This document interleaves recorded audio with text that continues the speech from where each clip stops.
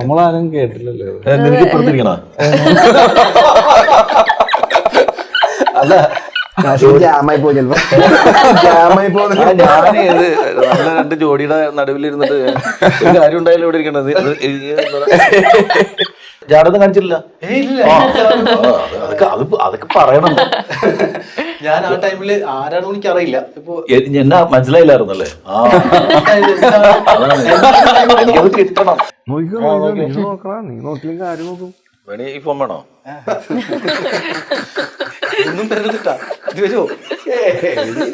Vitamin ഡിയുടെയും ഈസ്ട്രോജന്റെയും കുറവാണ് മിക്ക ലേഡീസിന്റെയും hair പ്രോബ്ലംസിന് പ്രധാന കാരണം. സ്ത്രീകളുടെ മുടി വളർച്ചയ്ക്കും ശക്തിക്കും അത്യാവശ്യമായ വൈറ്റമിൻ ഡിയാലും ഹെർബൽ ഈസ്ട്രോജനാലും സമ്പുഷ്ടമായ ആദ്യത്തെ hair elixir Amritveni hair elixir for women. അപ്പോൾ welcome to all. Thank you. Thank you. Okay,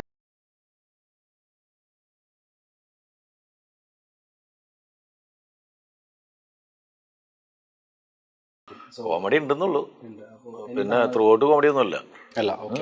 ആദ്യം തൊട്ട് അവസാനം വരെ ഇങ്ങനെ കണ്ടിന്യൂസ് ചെയിൻ കോമഡി അല്ലാതെ ഇപ്പോൾ റാഫിക്കയുടെ പഞ്ചാബി ഹൗസ് തെങ്കാച്ചി പട്ടണം പോലെ, അല്ലെങ്കിൽ എൻ്റെ കട്ടപ്പന അവർക്ക് പ്രന്തോണി പോലെയൊക്കെ അങ്ങനെ ആദ്യം തൊട്ട് അവസാനം വരെ ഇങ്ങനെ കണ്ടിന്യൂസ് ചിരിയല്ല. പക്ഷെ ചിരിയുണ്ട്, ഇല്ലയെന്ന് പറയാനില്ല, ചിരി ഉണ്ടാവുക. അത് എവിടെയൊക്കെയാണെന്നുള്ളത് നിങ്ങൾ കണ്ടുപിടിക്കേണ്ടി വരും. അവിടെ ഓക്കെ, അതാണ് നിങ്ങളുടെ ജോലി. ഇപ്പോൾ പ്രേക്ഷകർ എന്ന നിലയിൽ എന്താണ് നമ്മൾ കൊടുക്കാൻ ഉദ്ദേശിക്കുന്ന ഒരു സ്റ്റോറിയിൽ? ഇത് സാധാരണഗതിയിൽ നമ്മുടെ കൊച്ചിയിൽ ഇപ്പോൾ once upon a time in Kochi എന്ന് പറഞ്ഞുകൊണ്ടാണ് നമ്മൾ പടത്തിൻ്റെ ടൈറ്റിൽ ഇട്ടേക്കുന്നത്.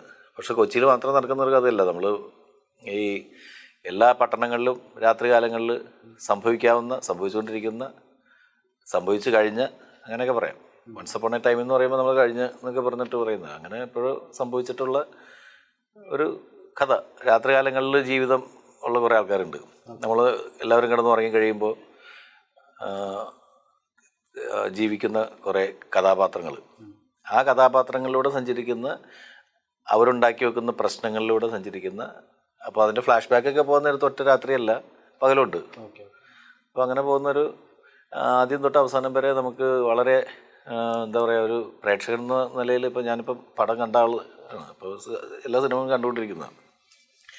അപ്പോൾ നമുക്ക് ബോറടിക്കാതെ ഇങ്ങനെ കണ്ടുകൊണ്ടിരിക്കുമ്പോൾ അടുത്ത സീൻ എന്താണെന്നൊരു ആകാംക്ഷ ജനിപ്പിക്കുന്ന ഒരു സിനിമ.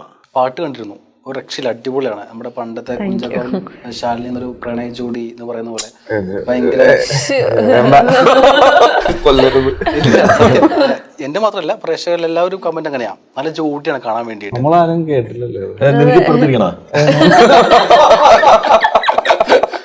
അല്ല ജാമായി പോയി ചിലപ്പോ ജാമായി പോകുന്ന ഞാനേത് നല്ല രണ്ട് ജോഡിയുടെ നടുവിലിരുന്നിട്ട് ഒരു കാര്യം ഉണ്ടായാലും ഇവിടെ ഇരിക്കണത്.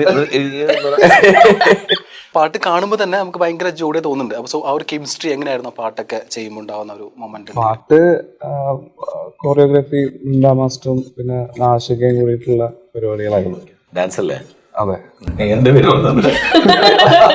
ഈ കുണ്ടാ മാസ്റ്റർ ചിലത് പറയുമ്പോൾ നാശിക പുറയെന്ന് പറയൂലേ,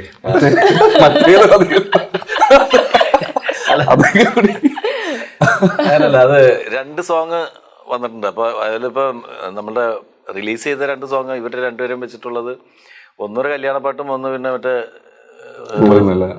തൂവൽ നില എന്ന് പറഞ്ഞ. അതിൽ ആ തൂവൽ നില എന്നുള്ള പാട്ടിന്റെ മ്യൂസിക് ഡയറക്ടർ ഞാനാണ്, മറ്റേ ഇഷാമാണ്. അപ്പോൾ ഇവനിങ്ങനെ ഈ തപ്പിക്കളിക്കുന്ന കാരണം കയറി പറഞ്ഞെന്നുള്ളൂ കേട്ടോ.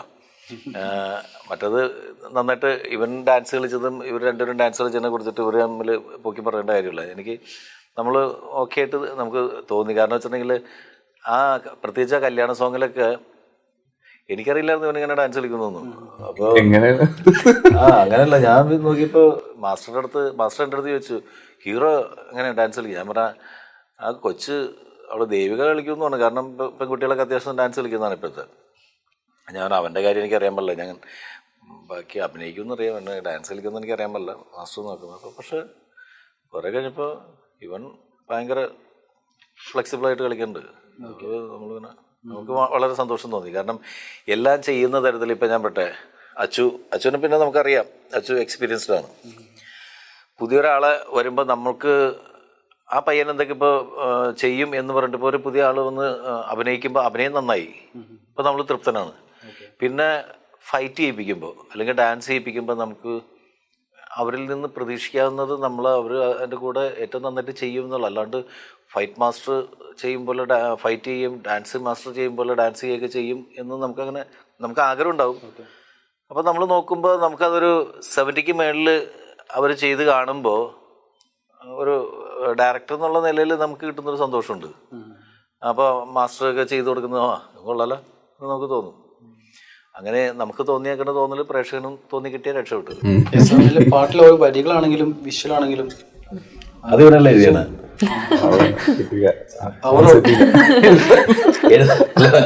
എഴുതാൻ വേണ്ടി ശ്രമിച്ച്, പക്ഷെ അത് വേറെ ആൾക്കാരില്ല.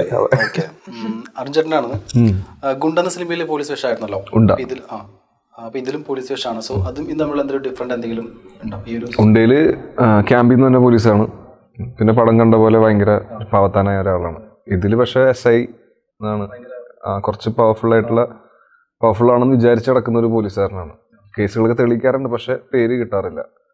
അപ്പം അതുകൊണ്ട് ഇനി ആരും അറിയിക്കാണ്ട് ഒരു കേസ് തെളിയിക്കാൻ വേണ്ടി നടക്കുന്ന ഒരു ക്യാരക്ടറാണ്. അപ്പം അങ്ങനെ ഭയങ്കര സെൻസിറ്റീവാണ്.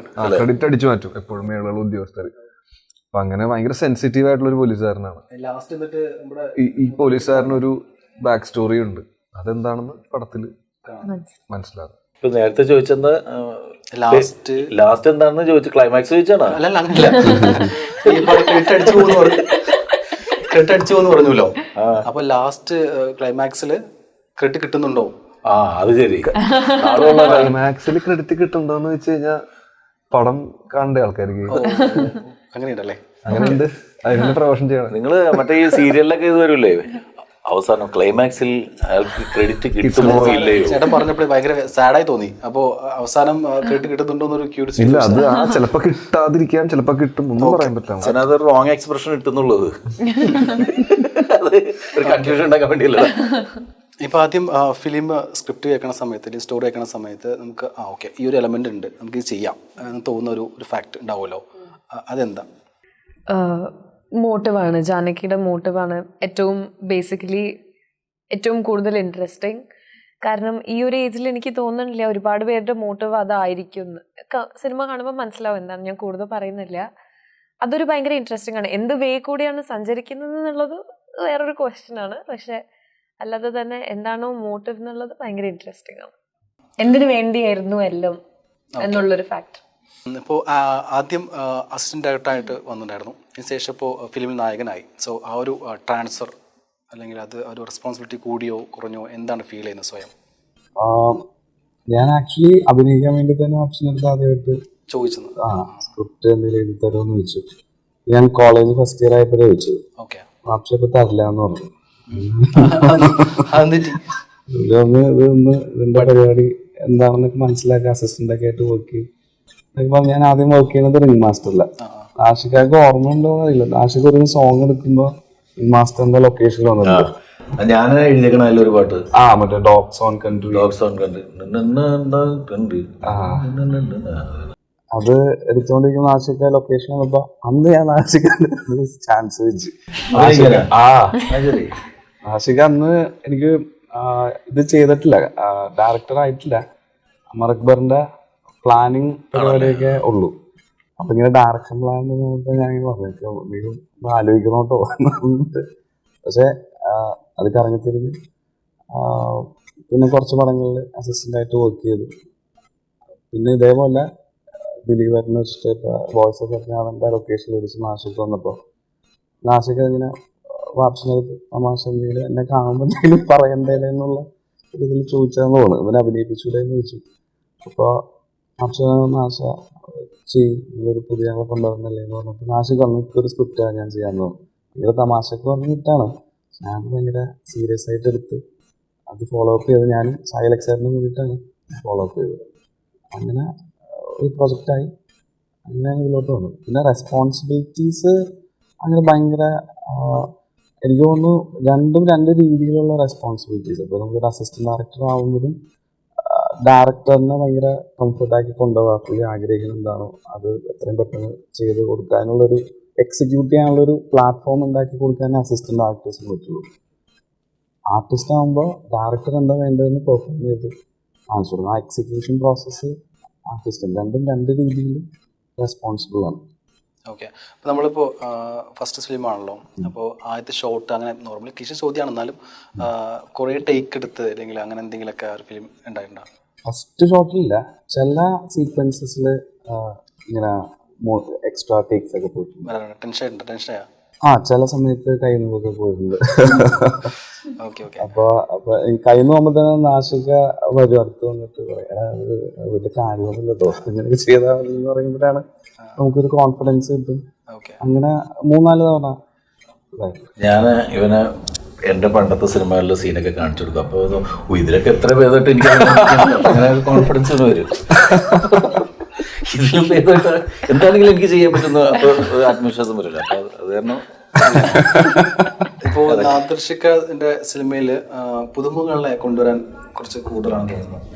പുതുമുഖങ്ങൾ ആകെ 2 പേരെ അഭിനയിച്ചിട്ടുള്ളൂ, കൂടുതലാണ്. കാരണം കട്ടപ്പനയിൽ ഋതുരോഷനിൽ അത് എന്താ വെച്ചിട്ടുണ്ടെങ്കിൽ അത് വിപിനും വിഷ്ണും സ്ക്രിപ്റ്റ് എഴുതിയായിരുന്നു. അവരെന്താ വെച്ചിട്ടുണ്ടെങ്കിൽ എൻ്റെ അടുത്ത് ഈ കഥ വായിച്ച് കേൾപ്പിച്ചപ്പോൾ ഇവനൊക്കെ അഭിനയിച്ചാണ് കാണിക്കുന്നത്. 2 പേരും മിമിക്രി ആർട്ടിസ്റ്റുകളായിരുന്നല്ലോ. അപ്പോൾ ഇവർ അഭിനയിച്ച് കാണിക്കുന്ന സമയത്ത് അത് വേറെ ആക്ടർ വെച്ചിട്ട് വേറെ ഡയറക്ടർ ചെയ്യാൻ എഴുതി വെച്ച സിനിമയാണ്. അപ്പോൾ ശരിക്കും ഞാൻ ചെയ്യേണ്ട പടമല്ല. അമർ അക്ബർ തോണി എനിക്ക് വന്ന പടമല്ല, വേറെ ആൾക്ക് വന്ന പടമാണ്. അപ്പോൾ അതൊക്കെ അവർ വേറെ ഡയറക്ടർ ചെയ്യാൻ വേണ്ടിയിട്ട് ഇതിലൊന്നുമില്ല എന്ന് പറഞ്ഞിട്ട് അങ്ങനെ അവർ ഉപേക്ഷിച്ച സാധനങ്ങളാണ് നമ്മളെടുത്തത്. അപ്പോൾ ആ പടം സക്സസ് ആയി കഴിഞ്ഞപ്പോൾ ആ ഡയറക്ടർക്ക് വേണ്ടിയിട്ട് ഇവർ കമ്മിറ്റ്മെൻ്റ് ഉണ്ടായിരുന്നു അടുത്ത പടം ചെയ്യാനായിട്ട്. അപ്പോൾ അങ്ങനെ ഇവർ അടുത്ത സ്ക്രിപ്റ്റായിട്ട് അവരുടെ അടുത്ത് നിന്ന് ഇപ്പോൾ അതുപോലെ ആർട്ടിസ്റ്റിനെ തപ്പി നടന്നു. അപ്പോൾ എന്തോ ആർട്ടിസ്റ്റ് പ്രോബ്ലം ഉണ്ടായി. അപ്പം ഞാൻ തന്നെയാണ് ഡയറക്ടറെ അടുത്ത് ചോദിച്ചത്, നിങ്ങൾക്കൊരു പണി ഇത് വിഷ്ണുവിനും ചെയ്യാൻ പാടില്ല എന്ന് ചോദിച്ചു. അപ്പോൾ ആ ഡയറക്ടറിൻ്റെ അടുത്ത് പറഞ്ഞു, ഞാനൊരു പുതിയ ഡയറക്ടറായതിൻ്റെ പേരിൽ പുതിയ മുഖത്ത് വെച്ചിട്ട് ഞാൻ ചെയ്യുമ്പോൾ അത് ചിലപ്പോൾ ശ്രദ്ധിക്കപ്പെടാൻ ആദർശമൊക്കെ ആണെങ്കിൽ ആദർശമൊക്കെ തരുന്നുണ്ടെങ്കിൽ ആദർശം ചെയ്യാൻ പറഞ്ഞു. അപ്പം എനിക്ക് ആ കഥ നല്ല രസമായിട്ട് തോന്നി. പിന്നെ വിഷ്ണു അത് പറയുമ്പോൾ വിഷ്ണുവിലുണ്ട് ആ കഥാപാത്രം. നമ്മൾ ഒരാൾ പ്രസൻറ്റ് ചെയ്യുമ്പോൾ നമുക്കറിയാമല്ലോ അയാൾ ഏതൊന്നും നന്നാവും എന്ന് തോന്നി. അങ്ങനെ സംഭവിച്ചാണ്. പിന്നെ ഇതിൽ അങ്ങനെ ഒരു പുതുമുഖങ്ങളെ ഇൻട്രൊഡ്യൂസ് ചെയ്യാൻ വേണ്ടിയിട്ട് മാത്രം നടക്കുന്ന ഇതല്ല. യാദൃശ്ചികമായിട്ട് കഥക്ക് ആവശ്യമുണ്ടെങ്കിൽ നമ്മൾ സംഭവിച്ചു പോകുന്നുള്ളൂ. ഇപ്പം ഇതൊക്കെ കേൾക്കുമ്പോൾ എന്താ പ്രശ്നം എന്നറിയോ, ചേട്ടാ എനിക്ക് അഭിനയിക്കാൻ താല്പര്യമുണ്ടെന്ന് പറഞ്ഞിട്ട് കോള് വന്നുകൊണ്ടിരിക്കുന്നില്ല. പിന്നെ ഇദ്ദേഹം പറഞ്ഞതിൽ ഒരു കാര്യമുണ്ട്, നമുക്കിതൊക്കെ സന്തോഷമുള്ള കാര്യമുള്ളൂ ഓരോരുത്തരെ ഇൻട്രൊഡ്യൂസ് ചെയ്യും. ഇപ്പോൾ ആ സിനിമ സക്സസ് ആയിരുന്നാണ് നമുക്കൊരു കോൺഫിഡൻസ് വന്നത്. ഈ സിനിമ ഇതുപോലെ പുതിയ ഒരാളെ വെച്ചിട്ടും ചെയ്യാൻ വേണ്ടിയിട്ട് കഥ കിട്ടിയപ്പോൾ ഓക്കെയാണെന്ന്. പിന്നെ അതിൻ്റെ കൂടെ തന്നെ എക്സ്പീരിയൻസ്ഡ് ആയിട്ടുള്ള അല്ലെങ്കിൽ നമുക്ക് ഇപ്പോൾ വാണ്ടഡ് ആയിട്ടുള്ള ഓഡിയൻസിന് ഇഷ്ടമുള്ള കഥാപാത്രങ്ങൾ ചെയ്യാൻ വേണ്ടിയിട്ട് ഇപ്പോൾ അർജുന അശോകനുണ്ട്, ഷൈൻ ടോം ചാക്കോ ഉണ്ട്. പിന്നെ ഇദ്ദേഹം എക്സ്പീരിയൻസ്ഡ് ആണ്, നമ്മളെക്കാൾ എക്സ്പീരിയൻസ്ഡ് ആണ്. അല്ല ഞാൻ പറഞ്ഞത് 2 വലിയ സിനിമ സത്യേട്ടൻ്റെ കൂടെ പടം ചെയ്ത ആളാണ്. അപ്പോൾ ആ പടത്തിലും ഓഡിയൻസിന് ഇഷ്ടപ്പെട്ട ഒരു ആക്ടേഴ്സാണ്. പിന്നെ ബാക്കി നമ്മളുടെ കൂടെ ഈ പറഞ്ഞ പോലെ മറ്റുള്ള കഥാപാത്രങ്ങൾ ചെയ്യുന്നതെല്ലാം മുഖപരിചയമുള്ള ആൾക്കാരാണ് വരുന്നത്. അപ്പോൾ അതിൻ്റെ ഒരു കാരണം നമുക്ക് ചുറ്റുവട്ടത്ത് എല്ലാം ഒത്തിണങ്ങി വരിക എന്ന് പറയുന്ന ഒരു അങ്ങനെ കിട്ടുന്ന ഒരു വൈബുണ്ട്. ഓക്കെ. അപ്പം നമ്മൾ ഒരാളല്ല, നമുക്ക് നമ്മളുടെ കൂടെ താങ്ങും തണലായിട്ട്. ഇപ്പം ഞാൻ എന്നെ പറ്റി പറയുകയാണെങ്കിൽ എനിക്ക് ടെക്നീഷ്യൻ സൈഡിൽ ഇപ്പോൾ ഷാജി ചേട്ടൻ ക്യാമറ ചെയ്യാനായിട്ട്, ഷാജി ചേട്ടൻ ഭയങ്കര സീനിയർ എക്സ്പീരിയൻസ്ഡ് ആയിട്ടുള്ള മനുഷ്യനാണ് കുറവ്.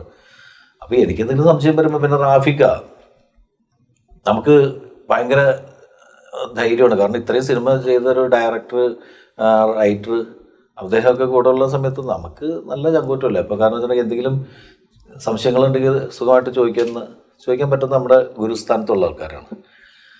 അപ്പോൾ ആ ധൈര്യം നമുക്ക് കിട്ടുന്ന പോലെ തന്നെ നമ്മളുടെ കൂടെ ഉള്ള ആർട്ടിസ്റ്റുകൾക്കുണ്ട്, ഇവർക്ക് എല്ലാവർക്കും ഉണ്ട് ചുറ്റിനും. അവർക്ക് അങ്ങനെ പേടിയൊന്നും ഉണ്ടായില്ല എല്ലാവരും. പിന്നെ എല്ലാവരും ഈ പിള്ളേരൊക്കെ ചെയ്യുന്നുണ്ടെങ്കിൽ നമ്മൾ അമ്പരന്ന് പോകുന്ന തരത്തിൽ ഇപ്പോഴത്തെ എല്ലാ ജനറേഷൻ അങ്ങനത്തെ അല്ല അഭിനയം. അവരെല്ലാവരും നല്ല രസമായിട്ട് ചെയ്യുന്നുണ്ട്. ഈ മറ്റേ നമ്മുടെ ഏതൊരു ഇൻ്റർവ്യൂലല്ല ലാൽ ജോസ് പണ്ട് ഞങ്ങളുടെ പാരഡി, എൻ്റെ പാരഡി പാട്ട് വിഷ്വൽ ചെയ്തിട്ടാണ് ലാൽ ജോസിൻ്റെ ഫസ്റ്റ് ആക്ഷൻ കണ്ടും പറയുന്നത്. അപ്പോൾ അതിൽ ഞാനും ദിലീപാണ് അഭിനയിച്ചിരുന്നത്. ഇപ്പോൾ കഴിഞ്ഞ ദിവസം ഞങ്ങൾ കണ്ടപ്പോൾ ഞാൻ ലാലുവിൻ്റെ ഒരു ഇൻ്റർവ്യൂ കണ്ടിരുന്നു. ലാലു പറഞ്ഞ് ഈ ഫഹദൊക്കെ ഇങ്ങനെ അഭിനയിക്കുമ്പോൾ നമ്മൾ മോണിറ്ററിൽ നോക്കുമ്പോൾ ഒരു റിയാക്ഷൻ ഇടുന്നുണ്ടോ ഇല്ലെന്ന് പോലും നമുക്കറിയാൻ പാടില്ല. നമുക്കൊന്നും മനസ്സിലാവില്ല. പക്ഷെ എല്ലാം കഴിയുമ്പോൾ ഫേസിലൊന്നും വരില്ല. പക്ഷെ എല്ലാം കഴിഞ്ഞ് എഡിറ്റ് ചെയ്ത് കാണുമ്പോൾ നമുക്ക് ഓക്കെയാണ്, കറക്റ്റ് മീറ്റർ ആയിരിക്കും എന്ന് പറഞ്ഞത്. ഫേസിലൊന്നും വരില്ല. ഇതാണ് ഡയലോഗ് പറഞ്ഞത്. മോണിറ്റർ നോക്കുമ്പോൾ നമുക്കൊന്നും മനസ്സിലാവില്ല. ഞാൻ പറഞ്ഞു പണ്ട് ലാലു ചെയ്തുകൊണ്ടിരിക്കുന്ന സമയത്ത് അണ്ടർ ആക്ടിങ് ഞാൻ പറഞ്ഞു ഇതേ അണ്ടർ ആക്ടിങ് ഒക്കെയാണ് ഞാൻ അന്ന് ചെയ്തത്. അപ്പോൾ ലാൽ ജോസൊക്കെ എൻ്റെ അടുത്ത് പറഞ്ഞു നിന്റെ മുഖത്ത് ഒന്നും മഞ്ഞില്ല, നീ കുറച്ചും കൂടി എക്സ്പ്രഷൻ ഇടുന്നു പറഞ്ഞിട്ട് എന്നെ കൊണ്ട് നിങ്ങൾ ഓവറാക്കിച്ചതാണ്. ഞാൻ അന്ന് അണ്ടർ ആക്ടിങ്ങിന്റെ ഈ മെത്തഡ് ഞാൻ പണ്ട് പരീക്ഷിച്ചാണ്. അപ്പൊ നിങ്ങൾ പറഞ്ഞ എന്റെ മുഖത്ത് ഒന്നും മഞ്ഞില്ല എന്ന് പറഞ്ഞിട്ട് എന്നെ ഔട്ടാക്കി. അപ്പോൾ അതുപോലെ ഈ പറഞ്ഞ പോലെ ഇപ്പോഴത്തെ പിള്ളേരെല്ലാം അണ്ടർ ആക്ടിങ് ആണ്. നമ്മൾ മോണിറ്ററിൽ നോക്കി നിന്നിട്ടുണ്ടെങ്കിൽ ഇവര് അഭിനയിക്കുന്നതാണോ അഭിനയിക്കാതിരിക്കുന്നതാണോ ഒന്നും മനസ്സിലാകാത്ത മീറ്ററാണ് ഇവരെ പോയിക്കൊണ്ടിരിക്കുന്നത്. അർജുനൻ എന്റെ ദിശാന്നൊരു ഭാവമുണ്ട്. അപ്പൊ അർജുന കുറെ യൂത്ത് ഡയറക്ടറോട് വർക്ക് ചെയ്തിട്ടുണ്ടല്ലോ. ഇപ്പൊ ഫസ്റ്റ് ടൈമാണ് ഇക്കനോട് വർക്ക് ചെയ്യുന്നത്. സോ ഞാൻ യൂത്ത് അല്ലേ? അല്ല അന്ത് ചോദ്യം കുറെ യൂത്ത് ഡയറക്ടേഴ്സിന്റെ കൂടെ വർക്ക് ചെയ്യുന്നുണ്ട്. അങ്ങനെ പക്ഷെ വർക്ക് എക്സ്പീരിയൻസിനെ കുറിച്ച് നമ്മളെ അതിന്റെ കൂടെ കൂട്ട്. ഓക്കെ, അപ്പൊ വർക്ക് എക്സ്പീരിയൻസിനെ കുറിച്ച് സീനാണല്ലോ ഇക്ക. അപ്പൊ ആ ഒരു ഡിഫറൻസ് എങ്ങനെ ഫീൽ ചെയ്യുന്നത്? ഓരോ ആൾക്കാരും ഇപ്പം ചേട്ടൻ പറഞ്ഞ പോലത്തെ രീതി അല്ലെങ്കിലും ഓരോ ആൾക്കാർക്ക് ഓരോ രീതി ഉണ്ടാവും പടം എങ്ങനെ കൺസീവ് ചെയ്തെടുത്തിട്ട് അതെങ്ങനെയാണ് അത് എക്സിക്യൂട്ട് ചെയ്യണം എന്നുള്ളത്. അപ്പോൾ അതും ചിലപ്പോൾ ഭയങ്കര രസകരമായിട്ടായിരിക്കും. ഇതിൽ വർക്ക് ചെയ്താൽ ഭയങ്കര അടിപൊളിയായിട്ട് ഫീൽ ചെയ്തത്. കാരണം നമുക്കൊരു സ്പേസ് തന്നെ ഉണ്ട് ചെയ്യാനായിട്ട്. അത് നമ്മൾ ഡിസ്കസ് ചെയ്യുന്നുണ്ട്, നമ്മുടെ അടുത്ത് ചോദിക്കുന്നുണ്ട്. അപ്പോൾ ഞാൻ ഒരിക്കലും അത് എക്സ്പെക്ട് ചെയ്തില്ലായിരുന്നു. കാരണം ലൈക്ക് ഞാൻ ഈ ഇടയ്ക്കല്ലേ വന്ന് പരിപാടി ചെയ്തുകൊണ്ടിരിക്കണേ ബാക്ക് ടു ബാക്ക്. അപ്പോൾ നാഷിക്കിനെ ചെറുപ്പം തൊട്ട് കാണുന്നതാണ്. നാഷിക്കയുടെ മറ്റേ ദൈമാവലി കൊമ്പത്തിൻ്റെ ഷൂട്ടിംഗ് സെറ്റിലൊക്കെ പോയിട്ടുണ്ട് ഞാൻ. അപ്പോൾ അതൊക്കെ കണ്ടു വളർന്നൊരു ആളാണ് ഞാൻ. അപ്പോൾ എനിക്ക് നാഷിക നേരത്തെ ഒരു ഇന്റർവ്യൂ പറയണ്ടായി എന്നെ വെച്ച് പടം ഡയറക്റ്റ് ചെയ്യുന്ന പോലും ചിന്തിച്ചിട്ടില്ല. കാരണം ചെറുപ്പം തൊട്ട് കാണുന്നതായിരുന്നു. അപ്പോൾ എനിക്ക് അച്ഛൻ്റെ ഒരു കൂട്ടുകാരൻ, പിന്നെ റാഫി സാറ് സ്ക്രിപ്റ്റ് എഴുതുന്ന പടം, അപ്പോൾ അതൊക്കെ കൂടി വന്നപ്പോൾ എന്നെ ഒരു മേജർ ക്യാരക്ടറായിട്ട് വിളിക്കുമ്പോൾ എനിക്കത് ഭയങ്കര ഒരു സന്തോഷം പരിപാടിയാണ്. അപ്പോൾ അത് ഭയങ്കര ഹാപ്പി ആയിട്ടാണ് ഞാൻ എന്തായാലും കമ്മിറ്റ് ചെയ്തത്. അപ്പോൾ ലൊക്കേഷനിലും നമുക്ക് നമ്മുടേതായ സ്പേസും നമുക്ക് എന്താ പറയാനുള്ള ഈ ക്യാരക്ടറിനെ പറ്റി എന്നുള്ള ഒരു കാര്യം കേൾക്കാനുള്ളൊരു സ്പേസ് തന്നിട്ടുണ്ടായി നാഷിക. അപ്പോൾ അതുകൊണ്ട് വലിയ ടെൻഷൻ ഇല്ലാണ്ട് പരിപാടി പോയി. ഞാൻ ദേവിയുടെ അടുത്ത് ചോദിച്ച പോലെ തന്നെയാണ് ചോദിക്കുക. ഒരു സ്ക്രിപ്റ്റ് കേൾക്കുന്ന സമയത്ത് എന്തെങ്കിലും ഒരു സ്പാർക്കോ അങ്ങനെ എന്തെങ്കിലും? ഈ ക്യാരക്ടർ ഭയങ്കര രസമാണ്. ഞാൻ നേരത്തെ പറഞ്ഞ പോലെ തന്നെ ഈ ക്യാരക്ടറിന്റെ എനിക്ക് ഭയങ്കര ചെയ്യാൻ ഭയങ്കര ആഗ്രഹം ഉണ്ടായിരുന്നു. നോക്കിക്കോ നീ നോക്കണം, നീ നോക്കില്ലെങ്കിൽ ആരും നോക്കും. ഈ ഫോൺ വേണോ? ഒന്നും തരുന്നിട്ടാ ഇത് വരുമോ? പണ്ട് സൈനുക്കാരുടെ അടുത്ത് അഭിനയിക്കാൻ വേണ്ടിയിട്ട് സൈനുദ്ദീനില്ലേ, നമ്മുടെ സൈനൊക്കെ കൗണ്ടറിൻ്റെ ആളാണല്ലോ. അപ്പോൾ സൈനുക്കാരുടെ അടുത്തൊരു ആൾ വന്നിട്ട് പറയാണ്, സൈനുദ്ദീനെ ഞാൻ ചെറിയ ചെറിയ വേഷങ്ങളൊക്കെ എല്ലാ പടത്തിലും ഇങ്ങനെ കുഞ്ഞു കുഞ്ഞു വേഷമൊക്കെ ചെയ്തിട്ടുണ്ട്. സൈനുക്ക് നല്ലതാണ്, ഇങ്ങനെ കുഞ്ഞു കുഞ്ഞു ചെറിയ ചെറിയ വേഷങ്ങളൊക്കെ ചെയ്ത് അങ്ങനെയാണ് അവസാനം. അപ്പോൾ പുള്ളി വലിയ ആളാകുന്നതെന്ന് എക്സ്പെക്റ്റ് ചെയ്യാനല്ലേ, കുഞ്ഞു കുഞ്ഞു വേഷമൊക്കെ ചെയ്ത് അവസാനം ഒന്നുമല്ലാണ്ട് ഔട്ടാണ് വെറുതെ പുള്ളി ഒരു ഉപദേശിക്കും. അപ്പോൾ ഈ കൗണ്ടറുകൾ കേട്ട് പഠിച്ചത് ഈ നമ്മളുടെ സീനിയർ കക്ഷികളുടെ നിന്നാണ്. അപ്പം നമ്മളുടെയൊക്കെ വായിൽ ഞങ്ങളൊക്കെ പാശോൻ ചേട്ടൻ, സലീം കുമാർ, മണി, ദിലീപ്, ഞങ്ങളൊക്കെ കൂടി ഒരുമിച്ചിരിക്കാൻ നേരത്ത് ഞങ്ങൾക്കൊക്കെ പരസ്പരം അങ്ങോട്ടും ഇങ്ങോട്ടൊക്കെ കളിയാക്കുന്നത്, ഞങ്ങൾ അങ്ങോട്ടും ഇങ്ങോട്ടൊക്കെ എല്ലാ കൂട്ടുകാരെ കളിയാക്കിയിട്ടുള്ള തമാശകൾ ഉണ്ടാക്കണം. പക്ഷെ ഇന്നത്തെ സിനിമയിൽ നമ്മൾ ഒരു കഥാപാത്രം ഇട്ടിരിക്കുന്നത് നമ്മളുടെ ഏറ്റവും അടുത്ത ചങ്ക് സുഹൃത്തുക്കളുടെ അടുത്ത്, എന്തും പറയാവുന്ന സുഹൃത്തുക്കളുടെ അടുത്ത് പോലും ആ തമാശകൾ പോലും ഒരു ഇൻ്റർവ്യൂവിന് പറഞ്ഞു കഴിഞ്ഞിട്ടുണ്ടെങ്കിൽ ചിലപ്പോൾ അത് വിവാദമാകുന്ന കാലഘട്ടമാണ്. അപ്പോൾ ആ ഫ്രീഡമൊക്കെ പോയി. ഇപ്പോൾ സൂക്ഷിച്ചും കണ്ടും വർത്താനം പറയും. ഇപ്പോൾ ഏറ്റവും അടുത്ത സുഹൃത്തുക്കൾ തമ്മിൽ എടാപാടെ വിളിച്ചാൽ പോലും ചിലപ്പോൾ അതിനാണ് അയാൾ എടാന്ന് വിളിച്ചത്, പേര് വിളിച്ചപ്പോൾ എന്നൊക്കെ ചോദിച്ചിട്ട് പറഞ്ഞ സമയം. അഭിനയിക്കാൻ വരുന്ന സമയത്ത് ഇവിടെ റാഫിക്കനെ എന്തെങ്കിലും ഉപദേശമോ അങ്ങനെ എന്തെങ്കിലും? ഇല്ല, അങ്ങനെ പ്രത്യേകിച്ച് ഉപദേശമൊന്നും ഒന്നുമില്ല. അല്ല, എന്തെങ്കിലും ഒരു ആക്ടിങ്ങിലോ അല്ലെങ്കിൽ ഇങ്ങനെ ആവശ്യമൊക്കെ പറയണ എന്താണോ അത് ചെയ്യരുത്.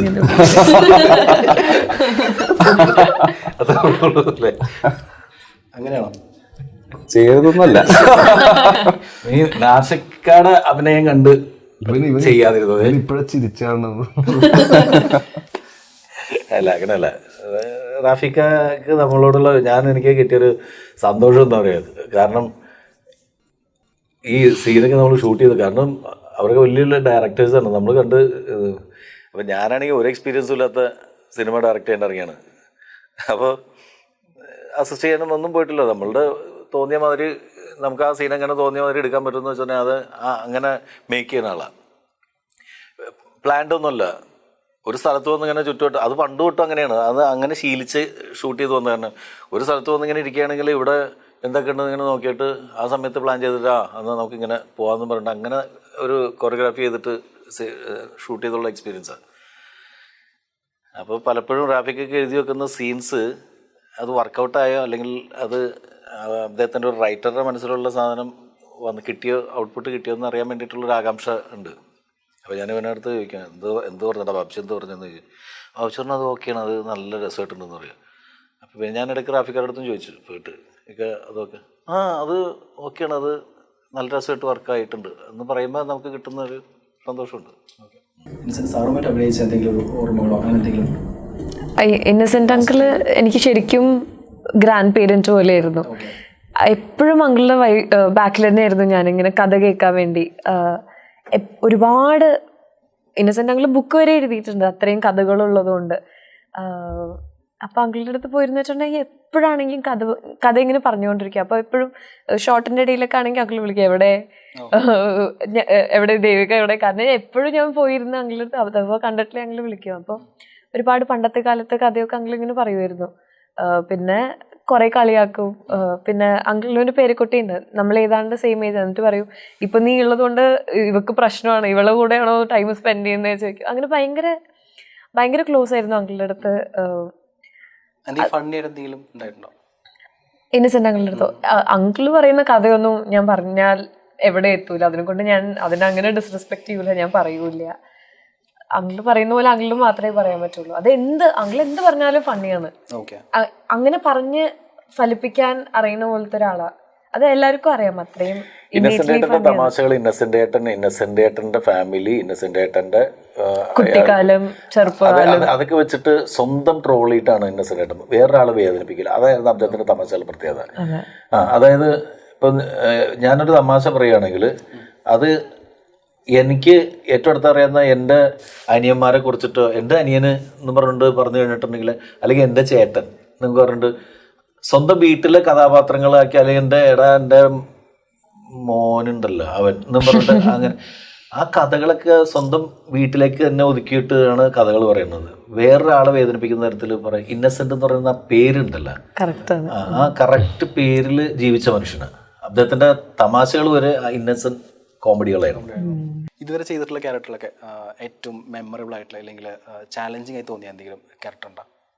എനിക്കിപ്പോൾ ലാസ്റ്റ് ഇപ്പോൾ ഇറങ്ങിയ ബ്രഹ്മയുഗം കുറച്ച് ചലഞ്ചിങ്. ബ്രഹ്മയുഗം ഭയങ്കര ഒരു ചലഞ്ചിങ് ആയിരുന്നു ചെയ്യാൻ. പിന്നെ അജഗജാന്തരം, പറവ, ജൂൺ, ബിടെക്, മിക്ക എല്ലാ പടവും നമ്മൾ ചെയ്യുമ്പോൾ കഷ്ടപ്പെട്ടല്ല, നമുക്ക് ഡയറക്ടർ എന്ത് ഉദ്ദേശിച്ചത്, എഴുതി വെച്ചേക്കുന്നത് എന്താണെന്ന് പ്രോപ്പർ കൊടുക്കാൻ പറ്റണം എന്നുള്ള രീതിയിലാണ് നമ്മൾ പോണത്. അത് എത്രത്തോളം അവർക്ക് കിട്ടി എന്നുള്ളത് അവർക്ക് മാത്രമേ അറിയുള്ളൂ. അവർ പുറത്ത് പറഞ്ഞിട്ടുണ്ടാവില്ല ഇന്റർവ്യൂലൊന്നും. അപ്പോൾ മാക്സിമം എല്ലാ കഥകളും തുടങ്ങുമ്പോൾ മൊത്തം അതിൽ ഇൻറ്റുമായിട്ട് പ്രോപ്പറായിട്ട് അതിന് ഡയറക്ടറിന് വേണ്ട എന്താണെന്നുള്ള രീതി മാക്സിമം ട്രൈ ഔട്ട് ചെയ്ത് കൊടുക്കുക എന്നുള്ളതാണ് പരിപാടി. എല്ലാം ക്ലോസ് ടു ഹാർട്ടാണ്. കാരണം സിനിമയിൽ എങ്ങനെയെങ്കിലും എത്തിപ്പെടാൻ വേണ്ടി ചിന്തിച്ചിരിക്കുന്ന ഒരാളാണല്ലോ. അയാൾക്കൊരു പടം വന്നു കഴിയുമ്പോൾ എല്ലാ പടവും സ്നേഹത്തോടെ എടുത്ത് ചെയ്യുക എന്നുള്ള മാത്രമേ ഉള്ളൂ. ആദ്യം രാവണ പ്രൊപ്പോസൽ ഓർമ്മയുണ്ടല്ലോ അല്ലേ? അതില് ഷൂട്ട് ചെയ്തിട്ടുണ്ടായിരുന്നു മറ്റേ ചിറ്റൂർ എന്ന് പറഞ്ഞിട്ട് സ്ഥലം അറിയോ? ഓർമ്മയുണ്ടോ? പാലക്കാട്. അപ്പോൾ അവിടെ ഞാൻ ഷൂട്ടിങ് വന്നിട്ടുണ്ടായിരുന്നു. അപ്പോൾ എൻ്റെ ഓർമ്മ എന്ന് വെച്ച് കഴിഞ്ഞാൽ ഷൂട്ടിങ് കഴിഞ്ഞിട്ട് ഇക്ക പോവാണ്. അപ്പോൾ കുറേ കുട്ടികളൊക്കെ കൈതുണ്ടായിരുന്നു. അതിലൊരു ചെക്കനാണ് ഞാൻ. അതിന് ശേഷം ഇപ്പോഴാണ് നേരിട്ട് കാണുന്നത്. അല്ല ഞാൻ അന്ന് ഞാൻ ജാടൊന്നും കാണിച്ചില്ല. അതൊക്കെ പറയണം. ഞാൻ ആ ടൈമില് ആരാണെന്ന് എനിക്ക് അറിയില്ല. ഇപ്പൊ എന്നാ മനസ്സിലായില്ലായിരുന്നല്ലേ? എനിക്കത് കിട്ടണം. ഞാനൊന്ന് കൈ തന്നു. പിന്നെന്താ കൈ തന്നോന്ന്? അല്ല, എല്ലാരും കൈ കൊടുക്കുക. അപ്പൊ എന്തോ സംഭവമാണെങ്കിൽ നമുക്കറിയാം എന്ത് സംഭവം.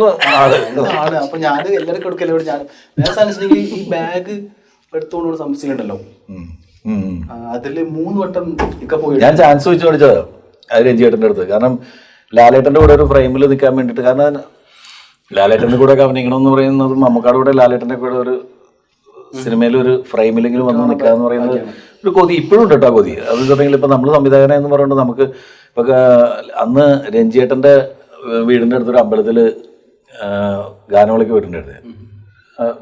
ആ സമയത്ത് രഞ്ജിയേട്ടൻ്റെ അടുത്ത് ഞാൻ പറഞ്ഞു, ചേട്ടാ അടുത്ത പടത്തിൽ അപ്പോൾ ലാലേട്ടൻ്റെ പടം എന്ന് പറഞ്ഞങ്ങനെ ഞാൻ പറഞ്ഞു എനിക്കൊരു എന്തെങ്കിലും ഒരു വേഷം ഒരു ഷോട്ടിൽ നിൽക്കാൻ വേണ്ടിയിട്ട് ലാലേട്ടനോട് ഫ്രെയിമിൽ നിൽക്കാൻ വേണ്ടിയിട്ട് ഒരു അവസരം തരും. അങ്ങനെയാണ് അതിൽ നമ്മുടെ അഗസ്റ്റിൻ ചേട്ടൻ്റെ മകൻ്റെ ക്യാരക്ടർ അത് എഴുതിയുണ്ടാക്കി തന്നത്. എൻ്റെ ഒരു കൊതിയും കൊണ്ട് രഞ്ജിയേട്ടൻ അതിന് വേണ്ടിയിട്ട് എനിക്ക് അഭിനയിക്കാൻ വേണ്ടിയിട്ട് എഴുതിയുണ്ടാക്കി തന്ന ക്യാരക്ടറാണ്. എനിക്കിപ്പോഴും ഓർമ്മയുണ്ട്, ഇക്ക 3 വട്ടം ബാഗ് എടുത്ത് തോന്നുന്നു. അപ്പൊ ഞാൻ വിചാരിച്ചു എന്തിനാ ഈ ബാഗ് എടുത്തുകൊണ്ടിരിക്കണേ മനസ്സിലാവുന്നില്ല. പിന്നീട് കുറെ കാലം കഴിഞ്ഞപ്പോൾ പിന്നീട് മനസ്സിലായി അഭിനയിക്കാൻ അറിയാമല്ലാണ്ടെന്ന്. അല്ല ഇപ്പൊ മനസ്സിലായില്ലേ? അല്ല അറിയില്ലായിരുന്നു. സാറിന് ഇന്നസെന്റ് ഇപ്പൊ സെയിം സെൻസ് ഓഫ് ഹ്യൂമർ ആണ്.